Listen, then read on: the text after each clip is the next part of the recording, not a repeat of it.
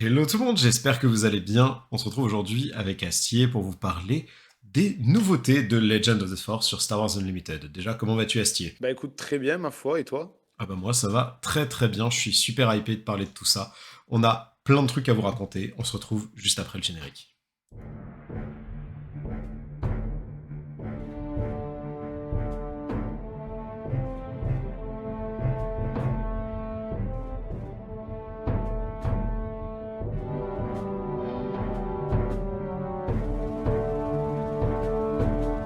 Et voilà, donc déjà, petit point, cette vidéo est vraiment dédiée au contenu légende qui a été révélé par FFG. Et on va commencer par se poser une question très simple. Légende, c'est quoi? Pour ceux qui sont pas forcément habitués à Star Wars en général, ou ceux qui connaissent l'univers Star Wars plus récemment, il faut savoir qu'avant le rachat par Disney, il y avait ce qu'on appelait l'univers étendu.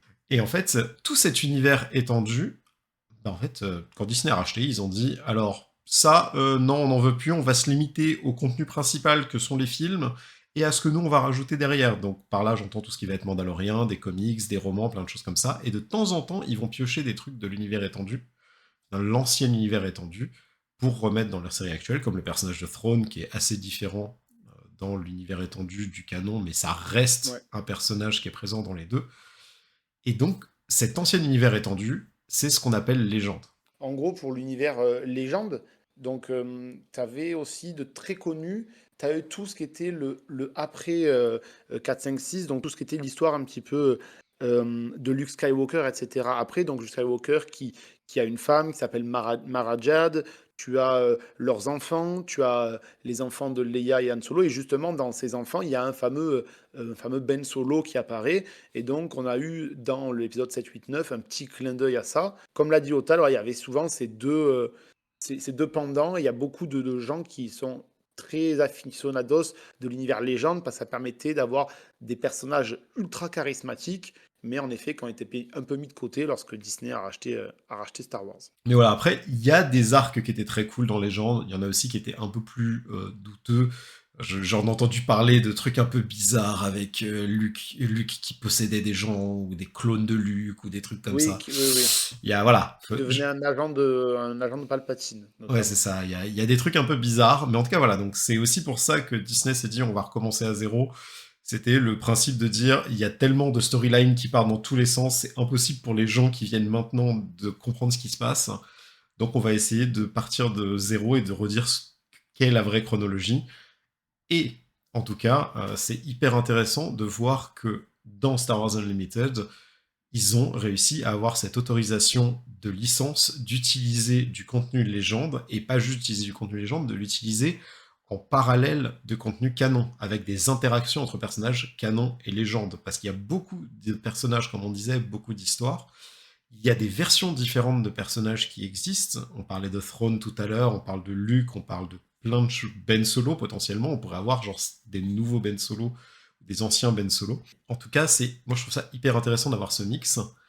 Et là spécifiquement pour ce premier set, il y a un focus sur le jeu dont tu parlais tout à l'heure, Knights of the Old Republic, puisque c'est dans ce set-là qu'ils sont allés puiser les 15 cartes qui font partie de légende pour ce set. Tout d'abord, la première carte légende qui a été révélée dans le set, Darth Revan. Donc c'est un personnage assez charismatique, hein. Regardez-moi ce beau masque et ce style et ce beau sabre laser.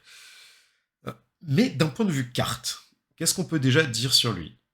Déjà, c'est un leader mono-affinité. Il n'a pas de couleur. Déjà, ça c'est impressionnant. Je trouve que le fait qu'ils aient fait un leader mono-affinité. Quand une unité amie attaque et élimine une unité, vous pouvez incliner ce leader. Dans ce cas, donner un jeton expérience à cette unité amie. Il se déploie à 5, ça devient une 3-6 force site. Déjà des keywords très sympas. Récupération 1. Et quand une unité amie attaque et élimine une unité, vous pouvez donner un jeton expérience à cette unité amie. Et là, il n'y a plus la restriction parce qu'il va plus s'incliner. Qu'est-ce qu'on en pense? Bah, déjà, il y avait un truc que tu as alors en off que Otal avait soulevé, et c'est vrai que c'est très malin d'un point de vue game design. Hmm. Il y a vraiment cet aspect RPG. Enfin, comme Otal le disait, en gros, pour vous le résumer, il disait c'est quand même drôle. Dans le RPG, on a des personnages qui prennent de l'expérience, qui s'améliorent au fur et à mesure. Et là, on a typiquement un personnage qui fait que bah, les personnages vont au fur et à mesure qui vainquent d'autres persos, ben, au final, qui gagne en XP et c'est super malin d'un point de vue game design. Et déjà, c'est vrai que premièrement, enfin, c'est extrêmement malin. Après, qu'est-ce qu'on peut en penser? Ben, il est assez puissant, hein. Pour 5 une 3-6 récupération, c'est cool. Il va faire que les personnages amis peuvent s'améliorer, ben, forcément, c'est intéressant. Par contre, après, voilà, il va falloir faire un certain choix de base. Alors, compétitif, pour l'instant, ça me paraît être plus fun que compétitif. Mais je pense qu'il y aura certainement des petits trucs à faire. En Twinson, forcément, ça risque d'être très bon puisqu'on a quand même, on n'est pas trop restreint sur le choix des affinités. Il pourra facilement se jouer avec deux autres affinités. On construit, bah, on commence quand même à avoir beaucoup de cartes qui sont que infamie, qui pourront être intéressantes. Là, de prime abord, je le verrais bien avec du bleu ou du rouge, mais en fait, il peut être un peu joué avec tout et n'importe quoi. C'est vrai que moi, là, si je devais construire un deck Revan, je le construirais plutôt avec une affinité bleue ou une affinité rouge. Bah, tu vois, Mais après, moi justement, je jouerais pas en bleu ou rouge. Mais c'est là qu'il y a un autre truc de design qui m'intrigue sur le personnage, c'est que moi je jouerais beaucoup en jaune ou en vert, parce que c'est là qu'il y a le plus d'unités qu'on embuscade, tout simplement. oui, oui, Ou c'est vrai. Et juste comme le ça, tu CL. profites direct de son effet. Exactement, et comme ça, tu as des unités qui vont aller trade des trucs en face, qui vont gagner de l'XP directement.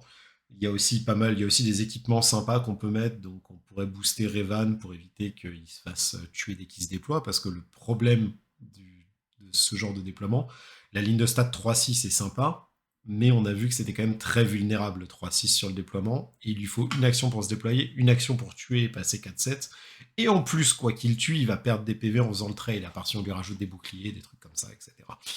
Donc, c'est une ligne de stats qui est très risquée. Donc, je pense que ce qui est intéressant, c'est vraiment d'avoir cette option de balancer des embuscades, de balancer des combats de tricks, genre des shoot first, des trucs comme ça. J'ai évidemment pensé à Dogfight, combat duel aérien, je crois, dans le dernier set, qui permet Ah oui, aussi qui à permet tes unités de redresser d'attaquer même l'attaque, quand elles sont inclinées. Et ouais, elles peuvent attaquer même en étant inclinées, mais du coup, c'est hmm, hyper bien parce que ça permet de jouer mais une pas de unité base, je crois. d'attaquer. C'est ça, mais du coup, ça permet de clean le terrain parce que tu vas pour un, tu as ton unité qui est inclinée, qui va attaquer, qui va tuer un truc.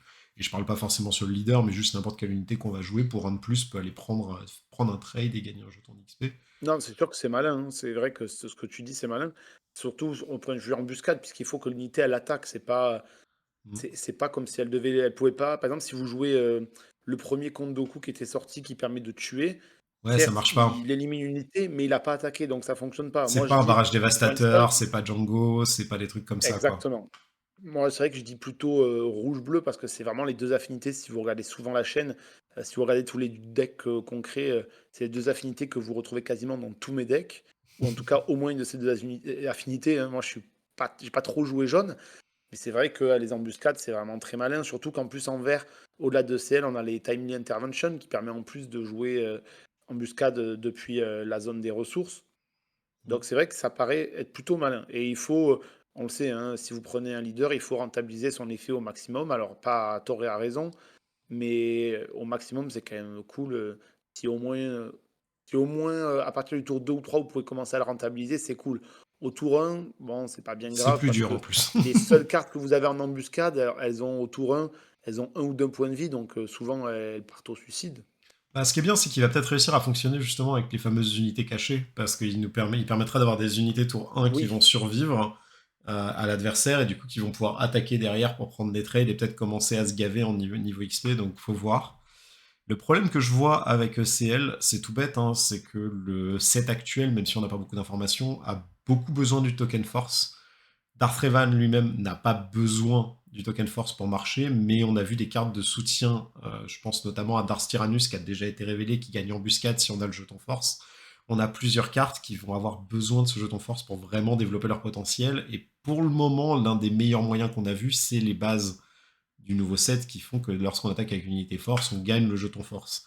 Le problème, c'est que si on prend ECL, on se prive de cette base-là. Donc du coup, faudra voir au fur et à mesure à quel point c'est facile de débloquer le jeton force ou pas, de le sortir de son côté.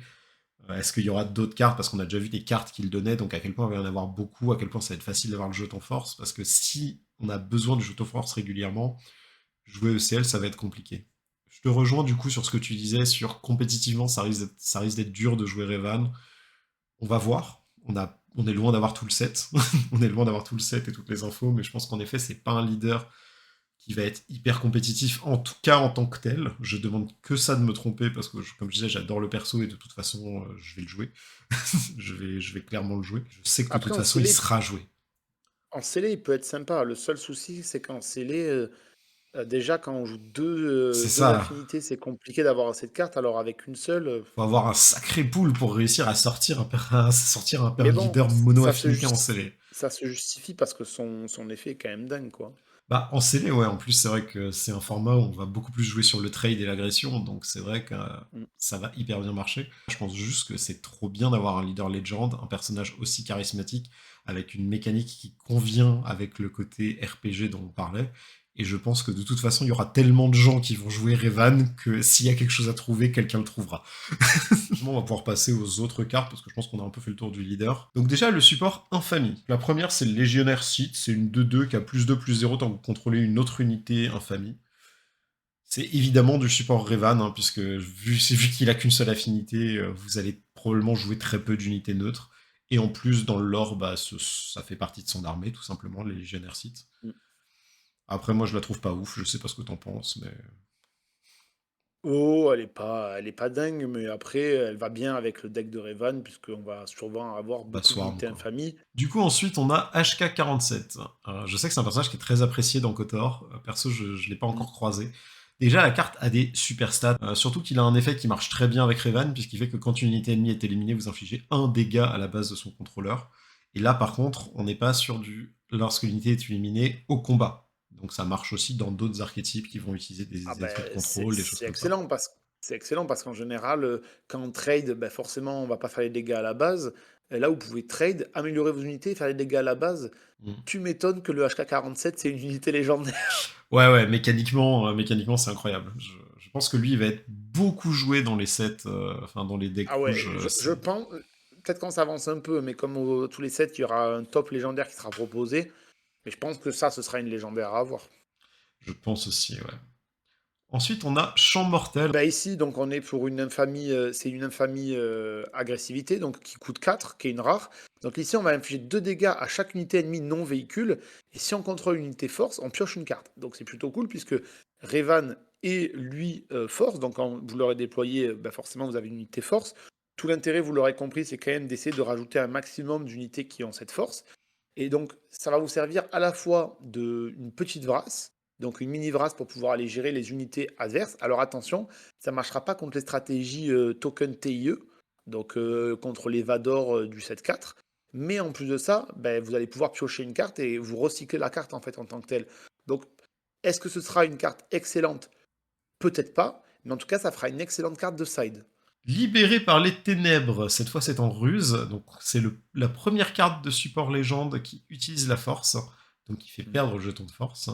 Et en le faisant, on prend le contrôle d'une unité non leader. Au début de la phase de regroupement, on la rend.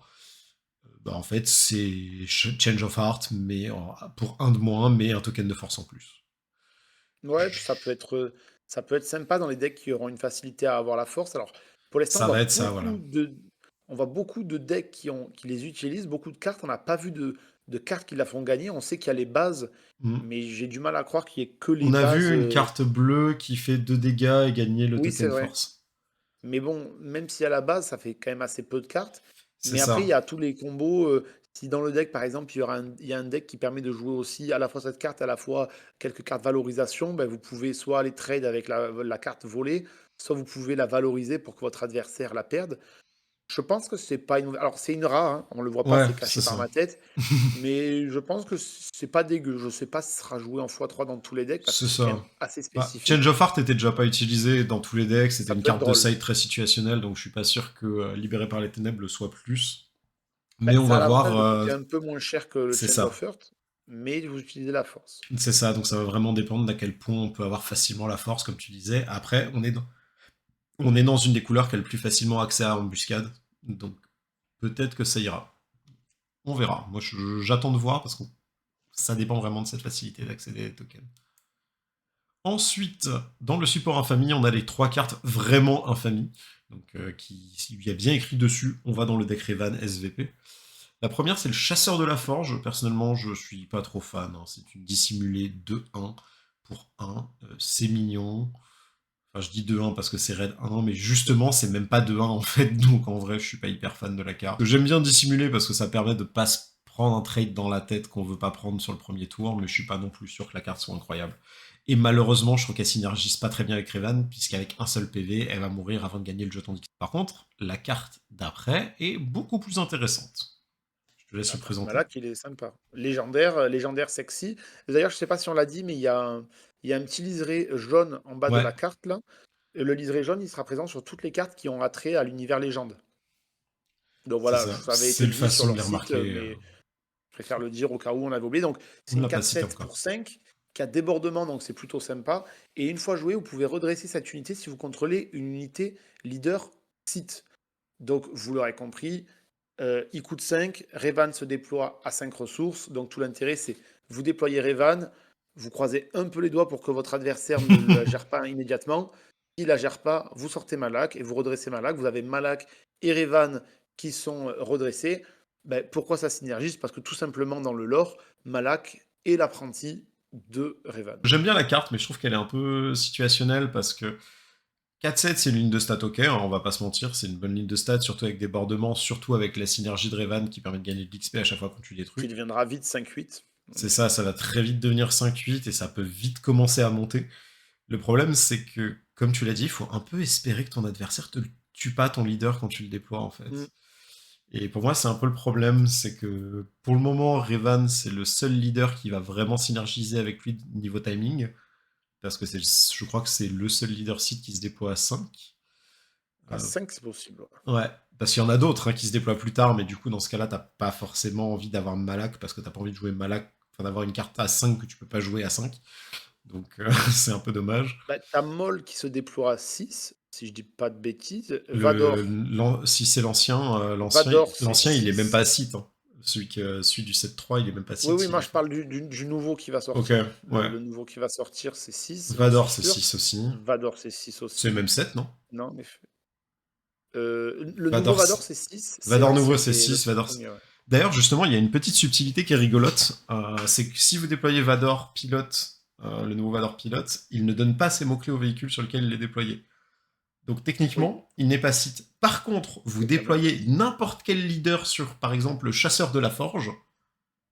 Là, il est site parce que, les leaders pilotes donnent le mot-clé leader à l'unité. Leader. Donc, c'est-à-dire que le Ouais. chasseur de la forge devient un leader. Et vu qu'il a le mot-clé site, ça marche avec Malak. Donc, techniquement, si vous avez des véhicules sites et que vous en avez assez pour fiabiliser, vous pouvez fiabiliser un Malak avec autre chose que Revan. Je dis pas que c'est l'idée du siècle, mais techniquement, on pourrait faire un Rio Durand avec Malak dans le Non, deck, ouais. quoi. Et comme tu as dit là, je viens de vérifier, en effet, tu n'as que Revan en site qui se déploie à 5 ressources. Sinon, c'est 6, 7 ou 8. Par contre, ce qui est assez intéressant, c'est que Malak porte très bien la carte suivante, qui sont les sabres laser de Revan. Qui pour 2-2, comme tous les sabres laser, on attache à une unité non véhicule. Et si une unité attachée est une unité site, elle gagne aplomb. Donc 2-2 pour 2 qui donne aplomb, dans un deck qui a pour but de mettre des baffs et de gagner de l'XP. Je trouve ça hyper fort. Très sympa, c'est très très sympa. Ouais, je pense que ça va être une bonne carte à avoir dans les decks sites. Et en vrai, juste un sable laser 2-2 pour 2, je trouve déjà ça pas mauvais comme Oui, la stat stat est pure. cool, la stat est très bien. C'est pas incroyable, mais c'est déjà bien. Et le fait d'avoir aplomb, enfin, je trouve ça tellement bien, Ouais, surtout qu'il y a des sites, enfin, les sites qui en plus ont facilement accès à des bordements peuvent en fait, très c'est vite bien, mais devenir comme tu as dit, menaçants. c'est pas incroyable. Donc, ça ne sera pas joué en dehors de Dexit. C'est Tu ça. préféreras jouer d'autres sabres alors qu'on n'en voit pas beaucoup. Mais dans un Dexit, tu le mets à peu près automatiquement parce que tu vas souvent aller trade et c'est plutôt Là, cool on se dit d'avoir le juste plus de Malak. aplomb. Malak qui arrive, il va trade, on va dire, je sais pas, une 3-3 ou quelque chose comme ça. Ça devient du coup une 5-5. Parce qu'il a gagné son jeton d'XP. On lui met les sabres. Tout de suite, ça devient genre une 17. Bah, 17, ouais, avec 17 entre débordements, bordement, ça plaisante pas, quoi. ça va chercher un Dragon Crate. C'est fou, hein. Pour 2 ressources, tu peux aller tuer un dragon de crate. Bon, dans une situation très spécifique. Hein. Enfin, 2, 7. Ouais, T'as quand même sorti Malak et les sabres. mais part du principe que Malak a déjà tué autre chose avant, t'es déjà bien. Non, je pense que ça va être cool. Et après, on l'a déjà dit tout à l'heure aussi pour Malak, mais il y a le fait que si tu le joues en embuscade, Avec ECL dans le deck Revan, tu peux faire des trucs rigolos. Et tout bêtement, il y a toujours cette stratégie, hein, elle existe toujours. Vous pouvez utiliser ECL sur Malak, il tue quelque chose. Si vous avez votre leader Revan déployé, il peut se redresser après. Donc techniquement, on peut attaquer 2 fois dans le même tour avec Malak sur le tour de déploiement si on joue ECL ou Timely ou des choses comme ça. Ça, c'est vrai que c'est plutôt sexy. Voilà, je donne juste des infos comme ça, vous en faites ce que vous voulez. Ensuite, le support héroïsme. Encore une fois, on est dans KOTOR, Knights of the Old Republic, puisque les 4 cartes héroïsme qui ont été mises correspondent aux 4 archétypes slash classes qu'on a dans Knights of the Old Republic. Je vais passer très rapidement sur les 4, parce qu'en vrai, je pense qu'il n'y a pas grand chose à dire. Le Gardien Jedi, c'est une 4-8 pour 5 qui, tant qu'elle défend à +2/+0, ça, Ouais, donc tu voudras lui mettre protecteur. c'est ça. S'il a pas enfin, s'il a pas Sentinelle, c'est pas très intéressant. C'est ça. Donc ça se joue dans un deck double bleu. À part si vous avez un moyen de le jouer plus vite. Par exemple, parce que là, 4-8 qui arrive plus tôt sur le terrain, là, ça commence à être solide. Je Ouais, un pense deck double notamment, bleu avec Yoda. ouais, moi je pense aussi tout simplement à la carte d'à côté qui est le Jedi consulaire qui, pour une action, utiliser la force, permet de jouer une unité de votre main qui coûte 2 de moins. Donc vous perdez votre jeton de force, mais en échange, vous jouez le gardien de Jedi pour 3.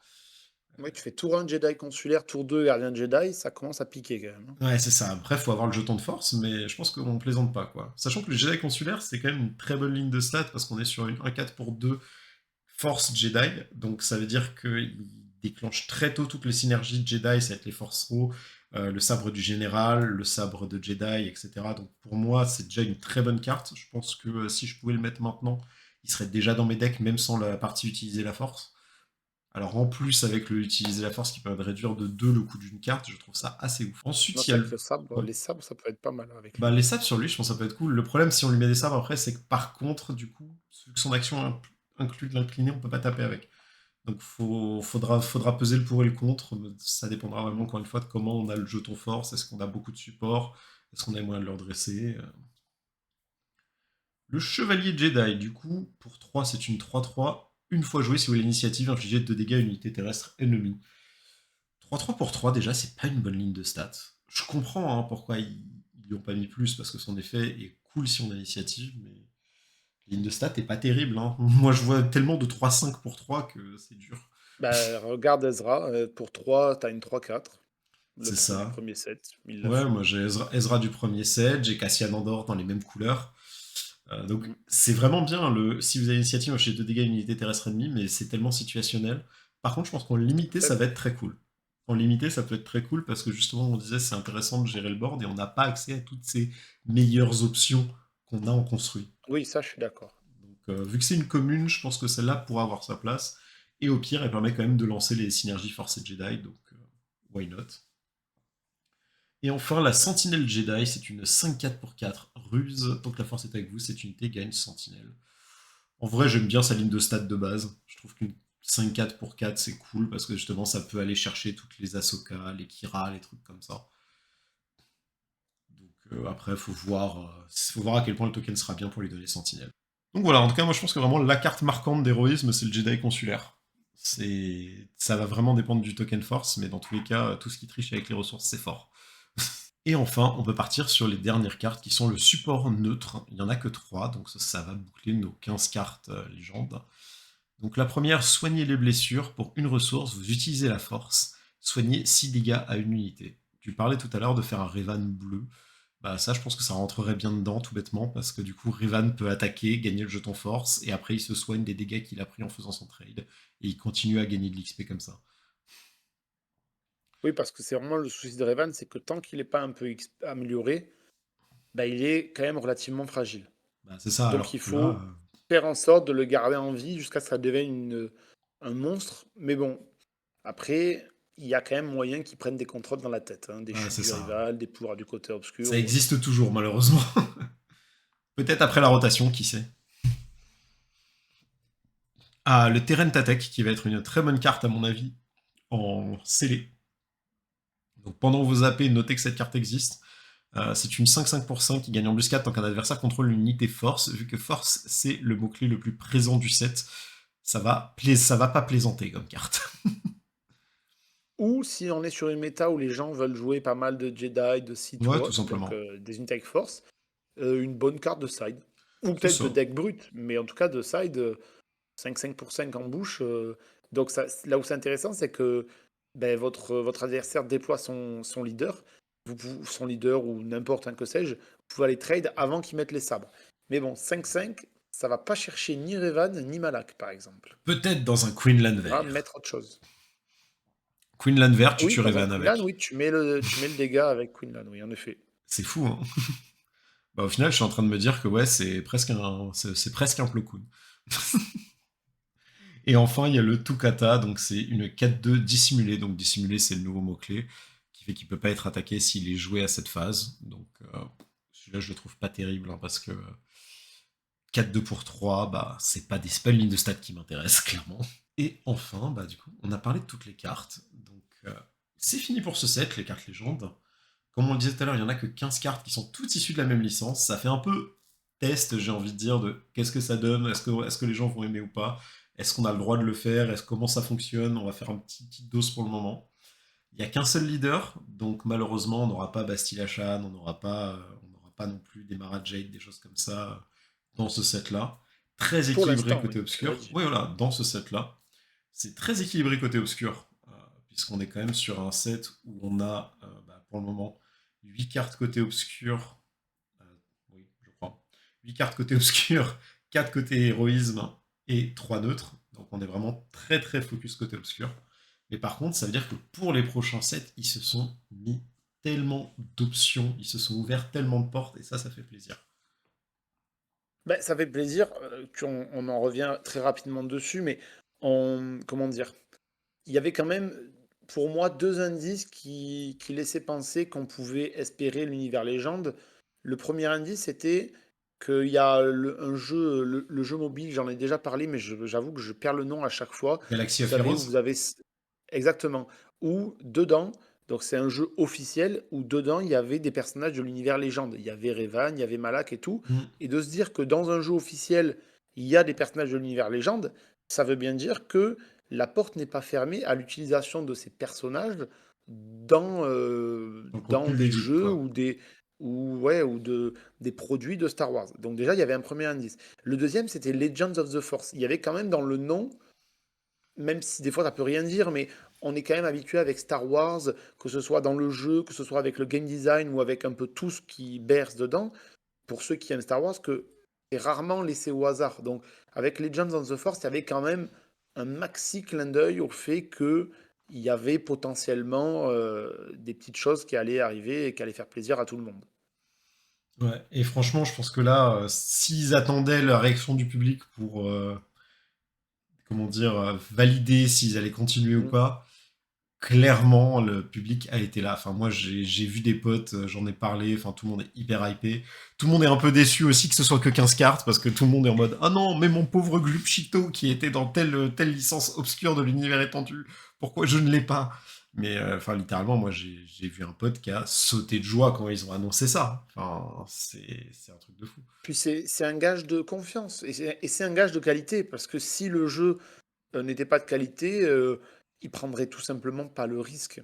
Ouais, Lucasfilm n'aurait jamais donné la licence légende s'ils estimaient que le jeu était pas là, petit 1, pour durer, et petit 2, pour faire du bon boulot, qui allait respecter cet univers et qui allait pas faire n'importe quoi avec l'univers.